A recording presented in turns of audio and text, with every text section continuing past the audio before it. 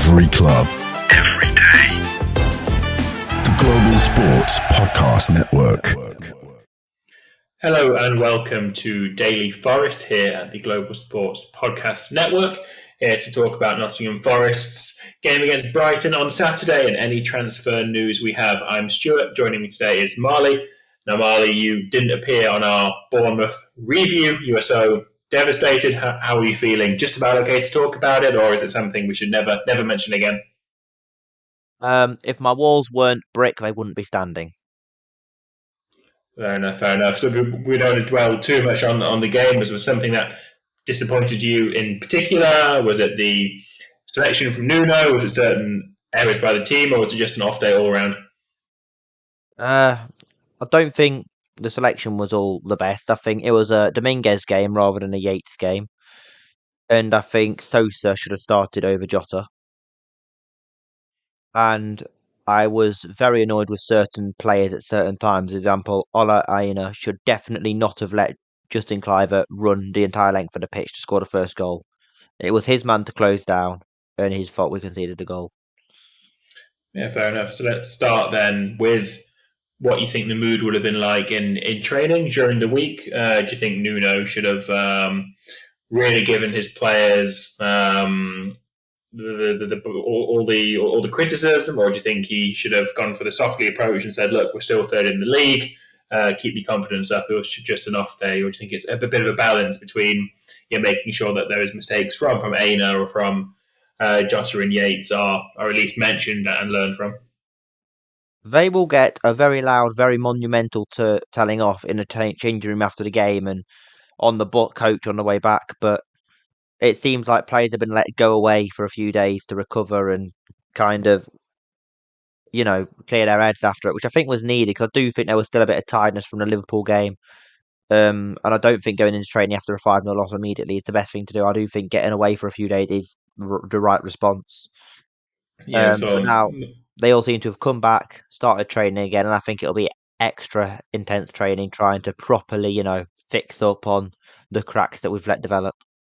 Yeah, we saw Murillo in Paris, certainly, and I guess a few other players took a couple of days off as well, which, as you said, is probably the right thing to do. No point letting the bad mood or a bad mist develop over the training ground, but to get your head clear for a couple of days and come back, and as you say, for that intense bit of training. So you mentioned the mistakes made by Nuno in his starting lineup for Bournemouth. We've heard today that Callum Hudson-Odoi is still out. So your team for Saturday, is it as simple as Sosa in for Jota, which would move Elanga back onto the right, and then Dominguez in for Yates, or would you go something a bit more drastic? Would you even put in Moreno back in at left back and either put Williams at right back or drop Williams? What's your thoughts? Or even the back three? We at least have some options, not many attacking options, but at least some different things we can do if needed. I wouldn't drop Aina unless he has another honking game. I would do Sosa in for Jota. I would bring in Dominguez for Yates. The only other change I would consider making is putting Sangare on the bench. I wouldn't start him, but I would, since he's back in training, want him on the bench soon because I think he can bring a lot to the team that we're missing at the minute. Danilo, I'd love to see on the bench as well. Yeah, I think so. I mean, if you look at the bench from last weekend, probably you'd take out Ward-Prowse and Toffolo for Danilo and Sangare, would you say? Because again, James Ward-Prowse, although he is staying, it's been confirmed. There's only 2 or 3 days left of the window now, and his off-the-field influence seems to be a positive one. But still, would you rather have Danilo and Sangare as those options, or would you still think there's a bit of a place for Ward-Prowse at the moment?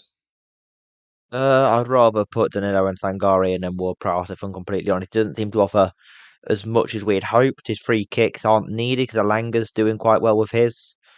I just think it's a loan spell gone wrong, if I'm completely honest. I don't think he's ever really recovered in opinions after single-handedly losing a 3-0 to Arsenal.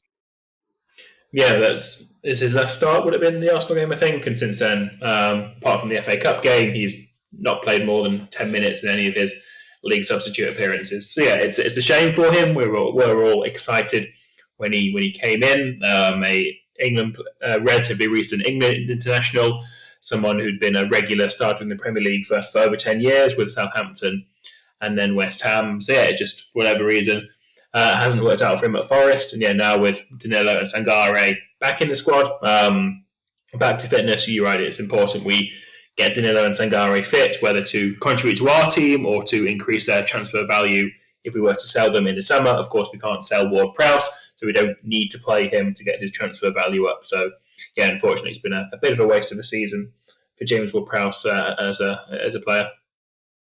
Yeah, and I'm just hoping that in the future we learn from that. We don't just bring people in for the experience when they're going to be a wasted squad slot, a wasted loan slot. We bring someone in with experience who can actually also help us out, or know they're not going to be playing, know that it might not like give anything to the team apart from the experience, but the experience is greater than what Ward-Prowse has got. I don't think he's got as much experience as we would need for a player who's just there for experience, and I don't think he adds enough impact. So I genuinely do think it was a poor signing looking back, and possibly one to forget and move on from. Yeah, I think so. I mean, at least he hasn't been. Well, he's this year's Origi or Lingard, a high earning big name. I mean, luckily, the rest of the team has been performing. But you're right. If Forest had a bad season with Ward-Prowse playing a lot, he would go into his category of a overpaid, expensive big name who hasn't worked out. So we'll come to transfers in a bit, but hopefully we've learned our lessons, and Ward-Prowse will be the last big name flop signing we sign in our Premier League era. But back to Brighton then. We've briefly touched on our team. What about Brighton's team? Who do you see as a threat for them? So I know when we did this in the reverse fixture, one of our early episodes, we were happy to get that 2-2 draw. But since then, we have been on the up, and Brighton slightly less so. Do you think it'll be a comfortable win, or is it still Brighton players who concern you? There's always going to be Brighton players who concern me. Always going to be Brighton players who concern me because Brighton are a good team. Obviously, I would be happy with another 2-2, to be completely honest. I don't expect much from the game after a 5-0 trouncing away at Bournemouth. But I don't know. I've got high hopes and low expectations, if I'm completely honest, but that's been the whole season so far from me and just me with Forest in general. Obviously, Van Hecke worries me. Mitoma will always be a worry. The other one that mainly worries me is Danny Welbeck. Those three players are the ones to watch. You've got a strong, solid, tall defender. You've got a very good striker who's been prolific this season. You've got a winger who will cause problems to anyone. He's probably the main player that's caused Aina any problems this season. So it's definitely the three players to watch out for, and the three players I'm mainly concerned about this weekend. Some good news about Mitoma. Apparently, just today, he's been the subject of a £90 million bid from the Saudi Pro League. So it could well be that Mitoma, if he has his head turned, it could be that he's not available for selection by Brighton. Seems strange in the Saudi Pro League after in the summer they were quite quiet on the big name transfers, but now they've all of a sudden gone big for John Duran, trying to sign Mitoma, so a slightly younger age profile from the first wave of expensive foreign stars at the Saudi Pro League signed a year and a half or so ago. So maybe Mitoma won't be there, but you're right, Van Hecke will certainly give Wood a good game, and Danny Welbeck is like Chris Wood himself. He's in the form of his career, Danny Welbeck. £90 million. They can nearly afford Morato's left foot. I mean, that is interesting. Yeah, I don't know the Saudi Pro League's transfer policy, but maybe someone like Morata, they do have their eyes on someone who is young with potential, who isn't yet a regular starter. But no, it's interesting that Mitoma, not the sort of person you'd expect to have a Saudi Pro League move. But anyway, let's see how that develops in terms of Brighton and their match this weekend. But Brighton, so they've, of course, 2 years ago under De Zerbi, they qualified for Europe. And then last year they were in Europe but didn't qualify again. But at least they had the memories of that season in Europe. Is that where you perhaps see Forest going? And if we do qualify for Europe this season, next season, we'll see our league form suffer? Or do you think we've kind of look and learn from teams like Brighton and we will be able to compete on two fronts next season? Brighton kind of feel like a bit more run for a business than a football club. the owners seem only ambitious in a way if they want to bring up players and sell them on for profit. Whereas Marinakis seems like an owner who doesn't really care about the business side as much. He just wants to make Forest successful. So I think if we do make Europe, there's more chance of us pushing and striving to stay in Europe rather than carried on the business venture Brighton were on. So I do think if we make Europe, we'll be more successful in it than Brighton were personally, because I just think we've got Yeah, that I think ambition from our owner that they yes, don't have. a good point. Right, the Brighton owners, Tony Bloom, as soon as they qualified for Europe, this old Caicedo and McAllister. You certainly cannot see Marinakis selling Murillo and Gibbs White should we qualify for Europe. That is an interesting point. That Marinakis, he is a football man. Owned Olympiacos for many years, has bought Rio Ave and possibly Vasco da Gama soon as well. So yes, it's a very good point to make. Yeah, that Bloom, he just seemed quite cold-hearted and analytics-driven. That he would rather sell Caicedo than have Caicedo for 1 year in Europe. That is definitely a good point you raise. Yeah, and the other thing about Brighton is they. I don't want Brighton fans to lynch me for this, but their fans aren't actually that good. Whereas the atmosphere we can create, the colder and noise in Europe, that would be better than what Brighton could create. We could be more hostile, welcoming away teams and away fans, and so I think that will have an impact as well.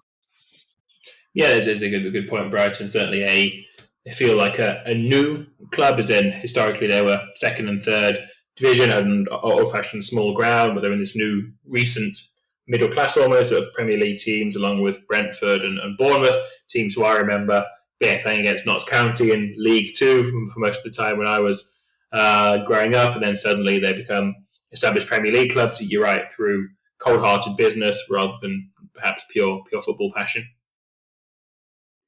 Yeah, and one thing I do want to know your thoughts on are the move of John Duran to Saudi Arabia. Could that open Aston Villa up to looking for a striker, or could it open up windows in Saudi Arabia for us to start looking at?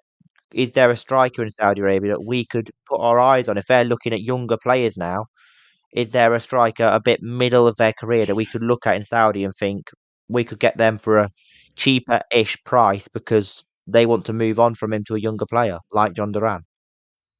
So you're thinking someone like Sadio Mane? Is that someone like that you're thinking? So if they've gone for Duran now, in which case for that first wave of Saudi signings become available, I mean, it is possible. I mean, we're talking about the Saudi Pro League, and that just proves that no one really pays enough attention. We can't even remember the name of the team he's meant to be joining. So we'll need, Al Nassr. So it is Ronaldo's team. So I don't think Ronaldo would necessarily come to Forest, but it is also Sadio Mane's team as well. So perhaps, I think, in fact, I know that there are limits on foreign players each Saudi pro team can have. So by definition, signing John Duran, they will have to get rid of one of their other foreign players. But no, it's Al Hilal Mitrovic plays for, but someone like Alexander Mitrovic would be an ideal signing. Someone who was still young-ish, went to Saudi Pro League, chased the money for a couple of years, and maybe he wants a competitive return to the Premier League. Somebody like Alexander Mitrovic, I would be all in on. I think there's one more likely outcome of Villa selling Duran to the Saudi Pro League, and we'll come to that in 2 seconds. Here at the Global Sports Podcast Network, we spent a lot of time selecting our delivery platform, and Zencastr came out the clear winner. With 4K video recording from your phone and AI editing that automatically removes all those ums and ahs, it's super easy to start a podcast that sounds great and is delivered efficiently. If you're ready to tell your story, check out the link in the show description to learn more about Zencastr. So I think, this is what I have heard, if Villa suddenly have 70 million in their pockets for selling John Duran, they're going to spend 50 on it on Mateus Cunha straight away. So from what I've heard, if Villa then go ahead of us in the race with Cunha, that leaves us with, from our known targets or from the targets we've heard of, just Wissa. I think we did say last week that you'd rather Wissa than Cunha. Are you still feeling that, or does it feel like we've missed out on Cunha now if he does indeed go to Villa and not Forest? Personally, I'm not sure. I've seen things that none of them are actual targets. We won't end up with any of them, and I wouldn't really mind that. Honestly, though, I've looked through Saudi League, and there are two possible signings from the Saudi League that, if those teams want to move to younger players rather than the 25 to 30 age bracket, I would definitely not mind Forest making a move for them as long as they don't want higher wages too desperately. There's a 28-year-old Musa Dembele, striker, and winger, 27-year-old Fashion Sakala. Okay, so that's the Musta Dembele, formerly of Celtic and Fulham. So I think, he again, if the wage demands are okay, if they don't break our structure, I'd be happy with someone like that. Again, we can't tell with the Saudi Pro League how big the salaries are. Are they as big as reported? But no, so I wouldn't make Musa Dembele our top earner immediately, but if he's willing to accept to be paid our second or third, or within our top five players, but not necessarily the top straight away, he would be happy. And the second one, I don't even know who that is, so you need to educate me on who that is. He's a winger, played quite a few years in Scotland for Rangers. Okay. So he went from Rangers. Interesting. So, I mean, if he's played for Rangers, then at least he knows the British culture slightly. So that could be interesting. Again, would he be competing with Jota and Souza to be a bench option, or do you think he'd compete with Elanga and Hudson-Odoi to be a starting option? I think Jota and Souza both know that we're the backup options. It's fine. We'll stick to that. I think they do need a third winger to push them for the backup option, and I think Fashion Sakala would do that quite well, just so they know that their spot as backup isn't as secure as they think it is. Because obviously, when someone thinks that their role in the team is secure, it can be damaging to their performances. Yeah, perhaps we saw that from Jota last weekend. We're going to be staying on the theme of transfers. So it's the 30th of January as we're speaking. The window closes 3rd of February, Monday, and with the game Saturday, you'd think Friday and Saturday wouldn't be focused on transfers, so it leaves us with just Sunday and Monday. In our 25-man squad, we have just one space. So January so far, Omar Bamadeli has gone, but Wayne Hennessy has come in. So unless he's going to suddenly register Emmanuel Dennis this time, it leaves one spot.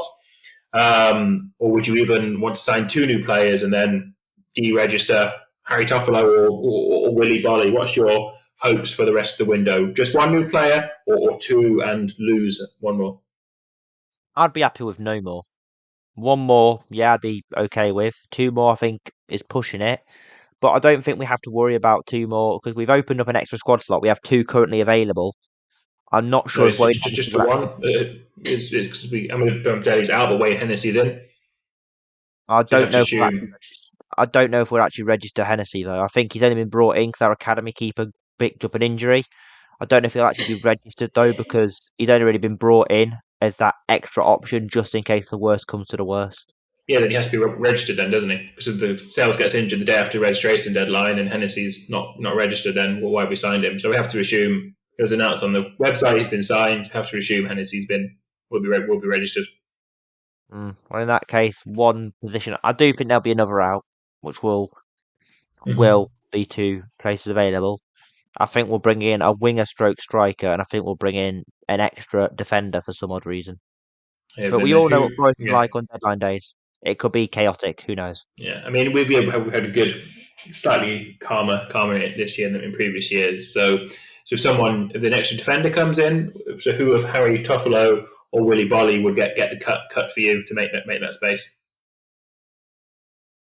And it's difficult, but I think one or both of the. I think Toffolo personally, because Bolly, to me, is better at still. Although I do think they're both still useful behind the scenes as well. Especially, I think Toffolo's the funny guy, doesn't really mind too much not playing regularly.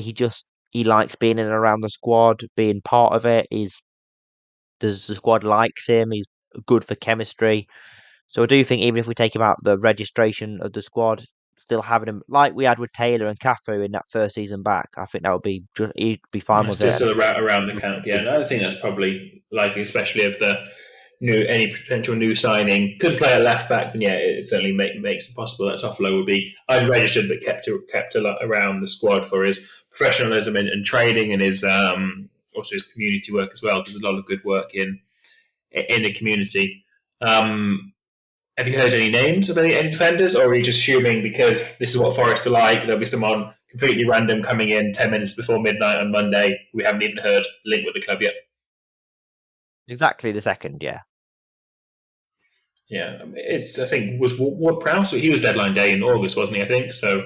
Again, we've spoken about him earlier this It was episode. That Morata. shows and Morato's, yeah, so 50% hit rate then, Morato and Ward Prowse. Morato has been in limited game time very good.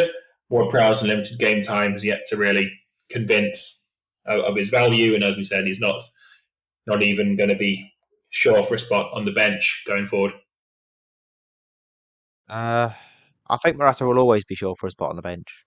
No, Always. Morato, yes, I meant Ward Prowse wouldn't be sure for that squad in the spot in the Uh, 20.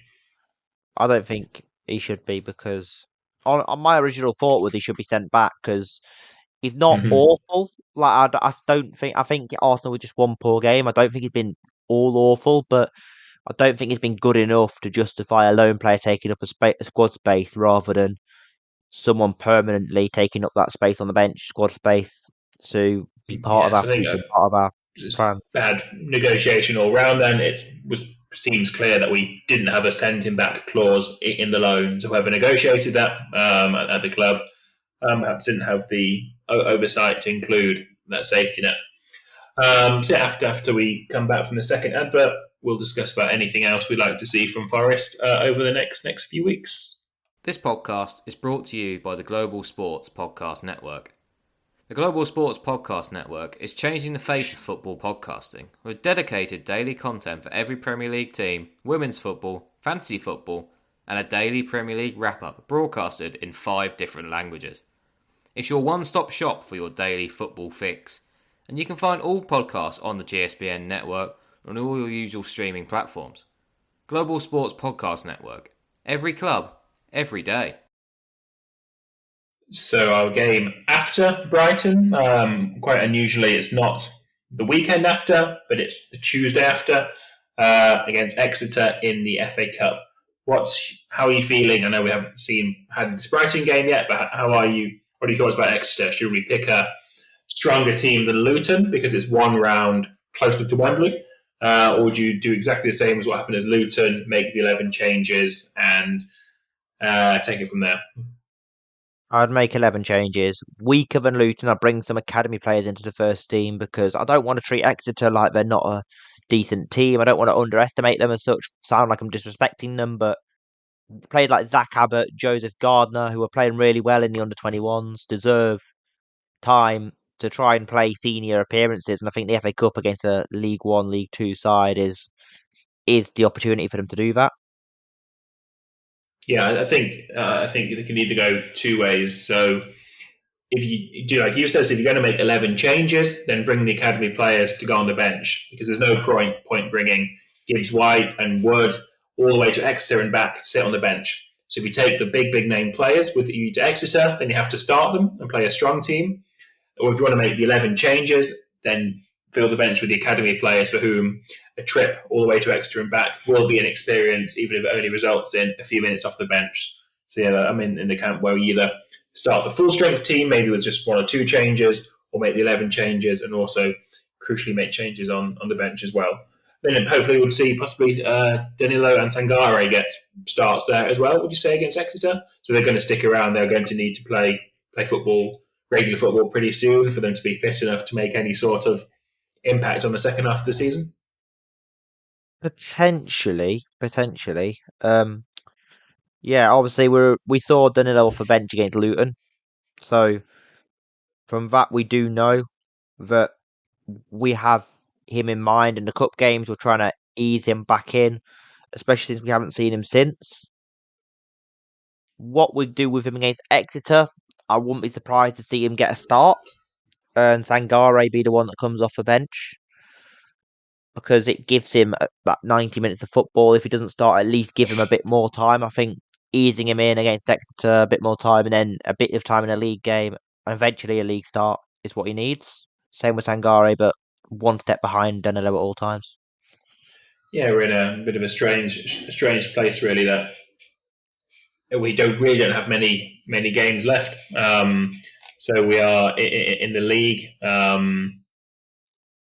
in the Premier League. Sorry, we have 15 games left, which really isn't many. I mean, hopefully there'll be there aren't going to be 16 games left in the season. Hopefully we won't lose to Exeter, so there'll be at least 1 or 2 more in the FA Cup. But 15 matches really isn't that much. So it will be hard for either Danilo or Sangare to get a run in the team, because we're assuming they aren't going to start against Brighton. Then there's only 14 matches left of the season. So I, unfortunately, would be, again, if Yates, Dominguez, Gibbs White and Anderson are all staying fit, I think Danilo and Sangare, between them, might start maximum 1 or 2 games each between now and the end of the season, because they got injured at that unfortunate time, lengthy injuries, and in that time, we've seen Anderson go from strength to strength. Remember, Anderson started the season, he was Gibbs White's backup as the 10. He played on the wing in the pre-season friendlies. He's really made the central midfield spot his own. People haven't been talking at all in weeks about can Anderson or Gibbs White play together. Of course they can. So that's just taking up more spots for Danilo and Sangare, to the extent that even I'd consider loaning one or two of them out on deadline day, just to so they're going to have played 10 games rather than 3 or 4 at Forest. Yeah, and another academy player that I'd love to see get a bit of game time in the cup, I just had to remember his name, is Danny Anisco. He's about 18, 19 years old. I think he's got a bright future ahead of him. I'd love to see him get a few minutes for Forest in the Exeter game. Yeah, I mean, there's been no... Yeah, so this year, so Joe Gardner has been the only debutant. Nuno was given his first ever appearance to. So yeah, it certainly would be nice to see that number go to 2 or 3 in the Exeter game. Because the round after Exeter, even if we get lucky and get another EFL team in the 5th round, that's where I think you start playing the big guns. Because if you get that far in, you want to take it seriously and go for a shot at silverware, or a shot at a day out at Wembley. Yeah, and generally speaking, you don't want to have your players sit out of the cup too much, because it can kind of, if you only bring them in when you play the big teams in the cup, they won't be up to scratch with it as such. They won't be used to, like, it'll be more games. So it'll be like, oh, suddenly I'm having to play this game and I haven't played any of the other rounds. So it's a bit like, caught me off guard. Whereas if you play them in the earlier rounds, you get them into the cup quickly. It's like, right, I'm in the cup now. I'm playing in the cup. I know what the cup's like. Becomes definitely. That's why I said for Exeter, I think it's possible that he might play some of the big guns. Just you're right, to get them in the habit and the rhythm of playing 2 games a week instead of 1. So before we go then, Brighton, was that 2-2 you said at the start? Is that like your score prediction, or are you going to go for your classic 0-0 prediction? I don't think we'll draw 0-0 because we've both got the attacking threat to score goals. I think there'll be goals. There's always goals at the City Ground between Nottingham Forest and Brighton and Hove Albion. I think a 3-1 and a 3-2 have been the last 2 scores at the City Ground between us. So I'm predicting goals galore. I'm predicting a goal off Aston Villa away. I'm going to go Nottingham Forest 5, Brighton and Hove Albion 4. So well, to work out what you meant there, of course, that famous 5-5 in our Championship days with Villa. So you're going for 5-4 on Saturday.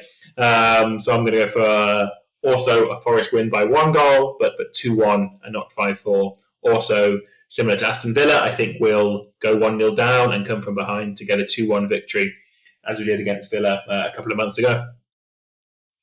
Good. So, Marley, you'll be there at the City Ground, of course, on Saturday. No? Shaking your head? No, my dad's not letting me have a day off work for this one. Very angry.